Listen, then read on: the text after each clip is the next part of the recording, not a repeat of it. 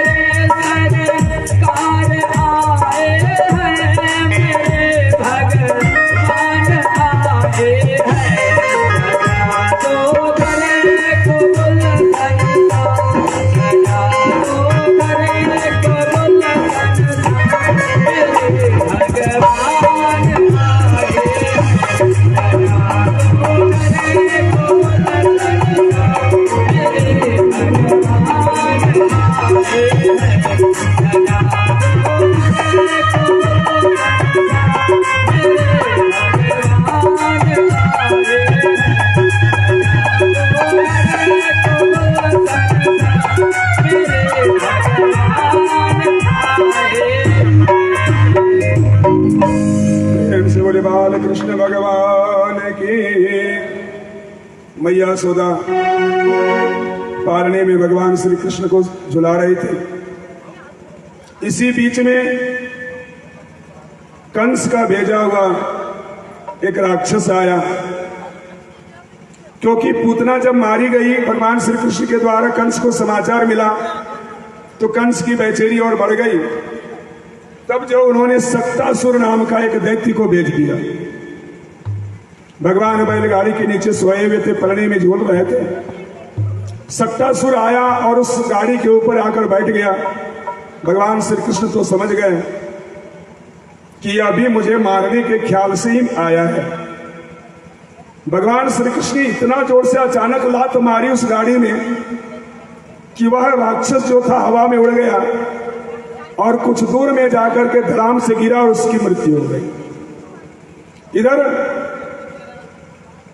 पास में खेल रहे बच्चों ने कहा, मैया रुदता एतद बादे न क्षिप्तम न संशय। गोप बालों ने कहा कि हे मैया, लाला ने ही लात मारी और गाड़ी उड़ा, इतने जोर से आवाज हुई, लेकिन मैया जसोदा को यह विश्वास ही नहीं हो रहा था कि मेरा लाला ऐसा कर सकता। मेरे लाला ने रोते हुए लात मारकर गाड़ी उड़ा दी, किंतु बालकों की बात पर कोई विश्वास नहीं किया और इस तरह से सक्तासुर को भी भगवान श्री कृष्ण ने गति दी। एकदारोहमारूढ़ं लालयन्ति सुतं सते गरिमानं शिशुर्बोधं नौसे गिरिकूटवत्। उसके बाद जब सक्तासुर भी मारा गया तो कंस ने एक और राक्षस को भेजा कृष्ण को मरवाने के लिए, जिसका नाम था तृणावर्त। वो तृणावर्त नाम का राक्षस बवंडर बनकर आया, एकदम आंधी जैसा। मां के गोद में बैठे हुए कन्हैया, माता यशोदा अपने लाला को गोद में लिए हुई थी। जब वो तृणावर्त आया बवंडर बनके, भगवान सोचे कि अब इसको भी गति देनी पड़ेगी। भगवान ने अपना वजन इतना बढ़ा लिया कि मैया यशोदा ने अपने लाला को गोद में नहीं रख पाई। मैया ने भार समझ करके लाला को जमीन पर रख दी और जो ही लाला को जमीन पर मैया ने रखी, तृणावर्त ने हवा में उड़ाकर लाला को कुछ दूर ले गए। भगवान ने तृणावर्त ने भगवान को लेकर जब उड़ा बवंडर के रूप में, तो उसको लगा कि लगता है कोई पत्थर का गोला लेकर मैं जा रहा हूं। इतना वजन अपना बढ़ा लिया भगवान श्री कृष्ण ने, और भगवान को उस तृणावर्त पर क्रोध आ गया और तमंतरिक्षात् पतितं शिलायां विशीर्ण सर्वभयभं करालं पुरं यथा रुद्रसरेण विद्वं स्त्रियो रुदत्यो ददृशो स्वमेता। एक चट्टान पर ले जाकर भगवान ने तृणावर्त को इतना जोर से पटका कि तृणावर्त का प्राण पखेरु उड़ गया। प्रेम से बोले कृष्णचंद्र भगवान की। इस प्रकार तृणावर्त को भी भगवान शंकर ने कृष्ण ने गति दे दी। अब आता है भगवान के नामकरण संस्कार का समय, क्योंकि इतने दिनों तक भगवान का नामकरण नहीं हुआ। एक बार वसुदेव जी ने यदुवंशियों के पुरोहित गर्गाचार्य जी को गोकुल भेज दिया कि हे गर्गाचार्य जी, आप गोकुल जाइए और बच्चों का नामकरण संस्कार कर दीजिए। गर्गः पुरोहितो राजन यदुनां सुमहातपा ब्रजं जगामनन्दस्य वसुदेव प्रयोदितः। नंद बाबा ने गर्गाचार्य जी महाराज को आया हुआ देखकर प्रणाम किया और कहा कि महाराज, आप हमारे पुत्रों का नामकरण संस्कार कर दीजिए। गर्गाचार्य जी ने कहा कि हम तो यदुवंशियों के पुरोहित हैं, अगर कंस को कहीं पता चल गया कि हमारे पुरोहित गोकुल गए हुए हैं, तब तो सारा खेल बिगड़ जाएगा। नंद बाबा ने कहा कि ठीक है, अगर आप राजमहल में नहीं नामकरण संस्कार करेंगे तो गौशाले में बैठ करके एकांत में जाकर के आप हमारे बच्चों का नामकरण संस्कार करवा दीजिए। यदुनाम हमाचार्य ख्यातश्च विसर्वतः। गर्गाचार्य ने कहा कि कंस जो है वो पाप बुद्धि वाला व्यक्ति है, और आपके और वसुदेव जी में मित्रता है, ये कंस को भी मालूम है। इसलिए आपके बालकों का नाम संस्कार कहीं छिपकर एकांत में करना पड़ेगा। राजमहल में मैं आपके बालकों का, बच्चों का नामकरण संस्कार नहीं कर सकता। गर्गाचार्य जी के कहने पर नंद बाबा ने गौशाले में गर्गाचार्य जी को नामकरण संस्कार करवाने का परामर्श दिया। तो सबसे पहले दाऊ भैया आए थे। रोहिणी के गर्भ से बड़े भाई दाऊ जी का जन्म हुआ था। देखिए, रामावतार में और कृष्णावतार में कुछ डिफरेंस आया है। रामावतार में शेषावतार लक्ष्मण जी थे, जो प्रभु श्री राम के छोटे भाई के रूप में थे। कृष्णावतार जब द्वापर में आया तो इस बार जो है शेषावतार लक्ष्मण जी बड़े भाई के रूप में, बलदेव भैया के रूप में आ गए, और प्रभु श्री राम छोटे भाई बनकर कान्हा के रूप में आ गए, कृष्ण के रूप में। तो सबसे पहले बलदेव जी का जन्म हुआ था, दाऊ भैया का।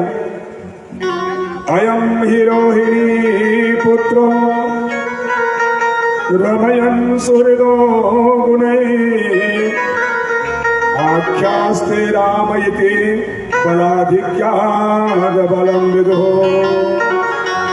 गर्गाचार्य जी महाराज ने पहले रोहिणी पुत्र का नामकरण संस्कार करवाया। तो कहा कि यह रोहिणी का जो पुत्र है अपने मित्रों को बहुत सुख देगा, इसलिए इसका नाम रहेगा राम। रोहिणी के पुत्र का नामकरण क्या हुआ? राम। राम क्यों नाम रखा गया? रमन्ते योगिनो यस्य इति रामः, यानी जिसमें योगी गण रमन करते हैं वो राम है। तो रोहिणी पुत्र दाऊ भैया का सबसे पहला नाम गर्गाचार्य जी ने राम रखा। दूसरा का आख्यास्ते राम इति बलाधिक्याद बलम विदुः, और इसमें बल अधिक होगा, इसलिए राम के पहले बल शब्द जुड़ जाएगा, तो इनका नाम हो जाएगा बलराम। अरे रोहिणी पुत्र का नामकरण संस्कार हो गया, उनका नाम रख दिया गया बलराम। प्रेम से बोले बलराम जी महाराज की। बहुनी शब्द नामानी रूपानी च सुतस्य ते। अब जो है यशोदा नंदन के नामकरण की बारी आई,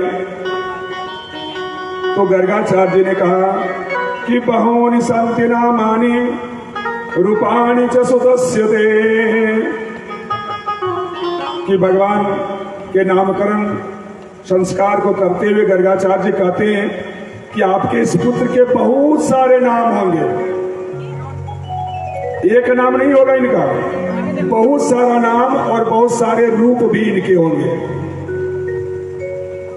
नारायण समो गुण है, और इस बालक का जो गुण होगा वो साक्षात नारायण के समान होगा। इनमें नारायण के समान गुण हैं और ये हर युग में अवतार लेते हैं। इनका अवतार हर एक युग में होता है, सतयुग में भी, त्रेता में भी, द्वापर में भी और कलयुग में भी भगवान का अवतार होने वाला है, भी हुआ नहीं है। कलयुग के अंतिम चरण में भगवान कलिक रूप में अवतार लेंगे, अभी हम लोग को प्रतीक्षा करना पड़ेगा। अभी तो बहुत कम, कलयुग 5000 से कुछ अधिक बीत रहा है। चौथे चरण में कलयुग जब पहुंचेगा तो भगवान नारायण का अवतार कलिक रूप में होगा। गर्गाचार्य जी महाराज कह रहे हैं कि इनका अवतार हर एक युगों में होगा और होता है। कालेन ब्रजताल्पेन गोकुले राम केशवौ जानुभ्याम सपाणिभ्याम रंगमानो व्यजनतो। गर्गाचार्य जी महाराज ने कहा कि यशोदा के जो लाला है ना, इनका नाम होगा कृष्ण। कहा क्यों? क्योंकि ये भक्तों को अपनी ओर आकर्षित करेंगे। अपने भक्तों को भगवान श्री कृष्ण अपनी लीलाओं से अपने ओर खींचते हैं, आकर्षित करते हैं। इसलिए इस बालक का नाम कृष्ण होगा। प्रेम से बोले कृष्णचंद्र भगवान की। अभी हमारे विकास जी कह रहे थे कि लगता है कि आप लोग खा के नहीं आए। अगर खा के आए होते तो इतनी कम आवाज नहीं आती, इतनी भीड़ है। और भगवान के नाम पर जयकारा लगाने की बारी आती है तो लगता है कि 10 आदमी मात्र बैठा हो पंडाल में। एक बार जोरदार जयकारा लगावे। प्रेम से बोल बाल कृष्णचंद्र भगवान की। कालेन व्रजताल्पेन गोकुले राम केशव जानुभ्याम सपाणिभ्याम मृंगमाणो विजनतो। थोड़ा समय और बीता। बलराम जी और भगवान श्री कृष्ण घुटनों और हाथों के बल चलकर गोकुल में अब खेलने लग गए। अरे दोनों भाई कुछ बड़े हुए, अब घुटनों के बल दोनों भाई यानी बलदाऊ भैया और प्रभु श्री कृष्ण घुटनों के बल जो है नंद बाबा के आंगन में खेल रहे हैं। आइए एक भजन का आनंद हम सभी लेते हैं। उसके बाद आगे जो है कथा, बहुत सारी कथा अभी बाकी है। अंत में जो है गोवर्धन पूजन होगा, वहां तक आज कथा जाएगी। आप सभी स्थिरता से बैठे रहें। गोवर्धन पूजन होगा, 56 भोग की व्यवस्था है। 56 भोग से गोवर्धन भगवान की पूजा होगी। आप लोग अंतिम समय तक बैठे रहेंगे और गोवर्धन लीला का भी आनंद लेंगे, उनकी पूजन का आनंद लेकर ही यहाँ से जाएंगे। अभी लीला भगवान श्री कृष्ण का प्रारंभ ही हुआ है। प्रेम से बोले आनंद कंद भगवान की। और श्याम की बहार का, और श्याम की बहार का मजा लीजिए। बाबा का सिंगार का मजा लीजिए। बाबा का सिंगार का मजा लीजिए।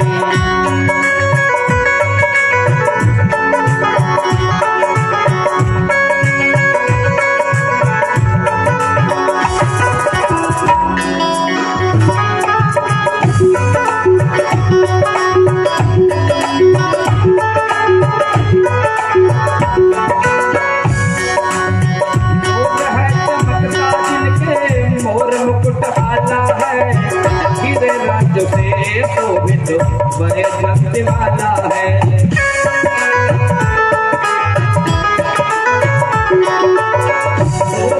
चमकता जिनके मोर मुकुट आला है। तेरे राज्य से शोभित बड़े भक्ति वाला है। तीन तार का, तीन तार का, तीन तार का मजा लीजिए। श्याम दरबार का मजा लीजिए। बाबा का दरबार का मजा लीजिए।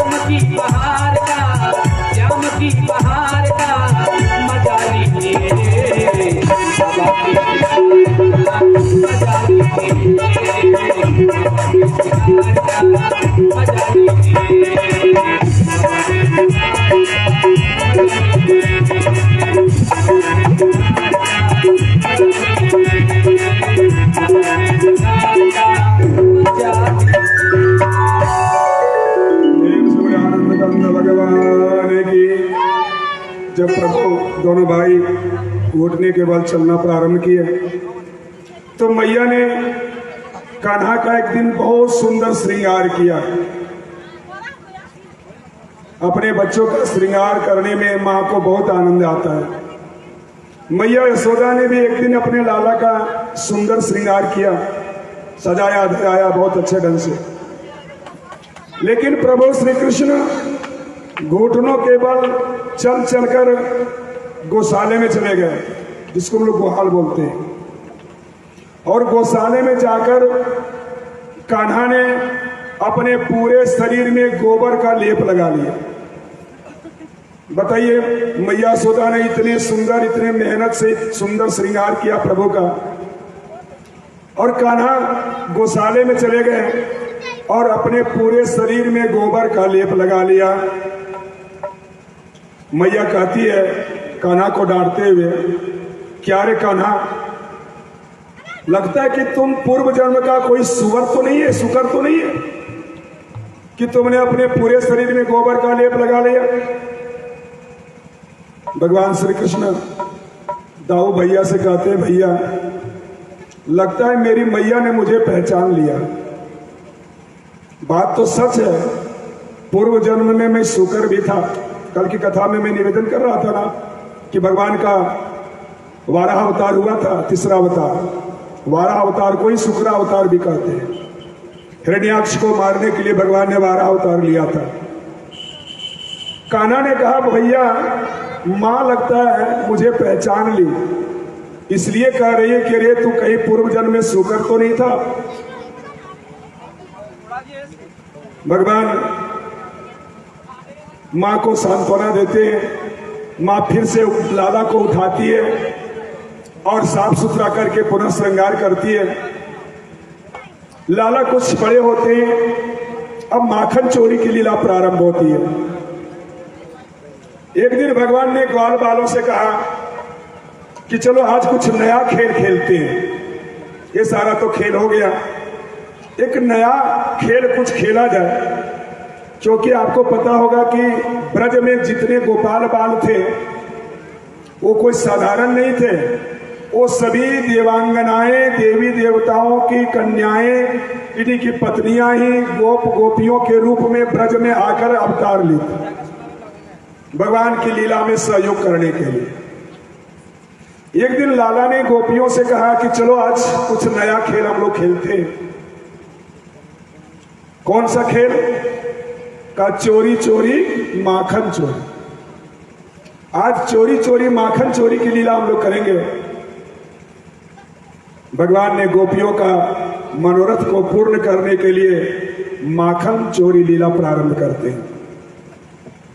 जब भगवान कुछ दिन गोपियों से मिलने के लिए नहीं जाते हैं तो सभी गोपियां इकट्ठा होकर नंद भवन में जाती है। मैया यशोदा को उलाहना देती है कि हे मैया, लगता है कि नंद भवन में लाला को आप बांध करके रखे हुए हैं।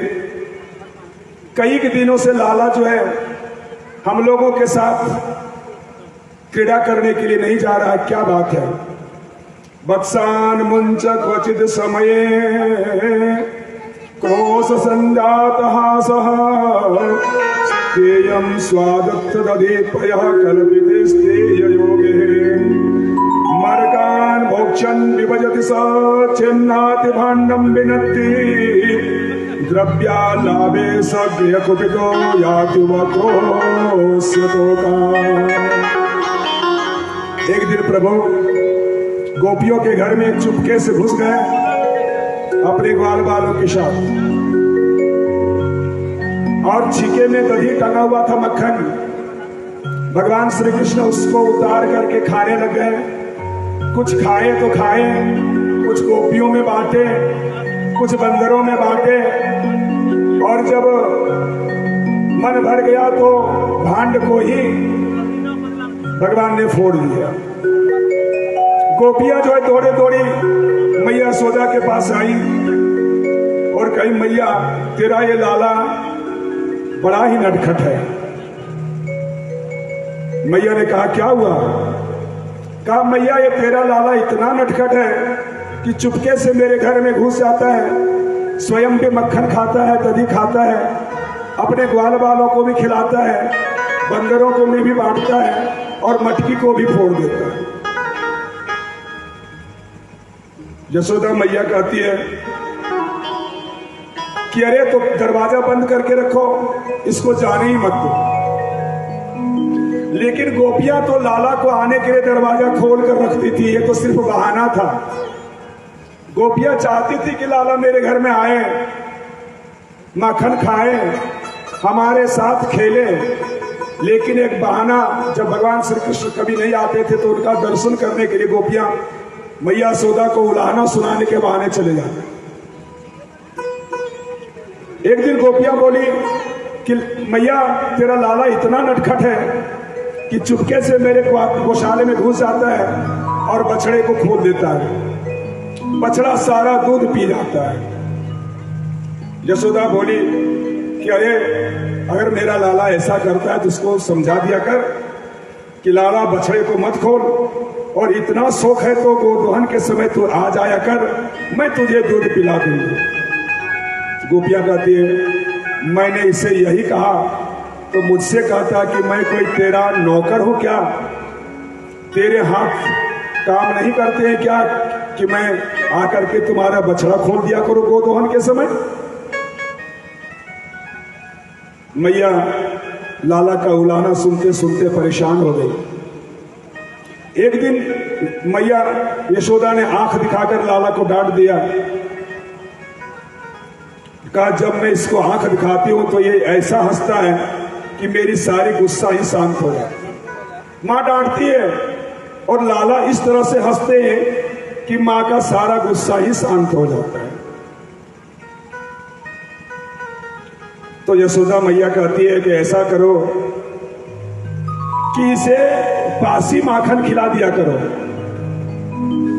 एक दिन जब ये बासी मक्खन खा लेगा ना, इसे अच्छा नहीं लगेगा ना, तो दूसरे दिन से तुम्हारे घर में ये नहीं जाया करेगा। गोपियां कहती है कि मैंने इससे यही कहा, पर मुझसे कहता कि कोई मैं भिखमंगा थोड़ी कि तुम्हारे घर में बासी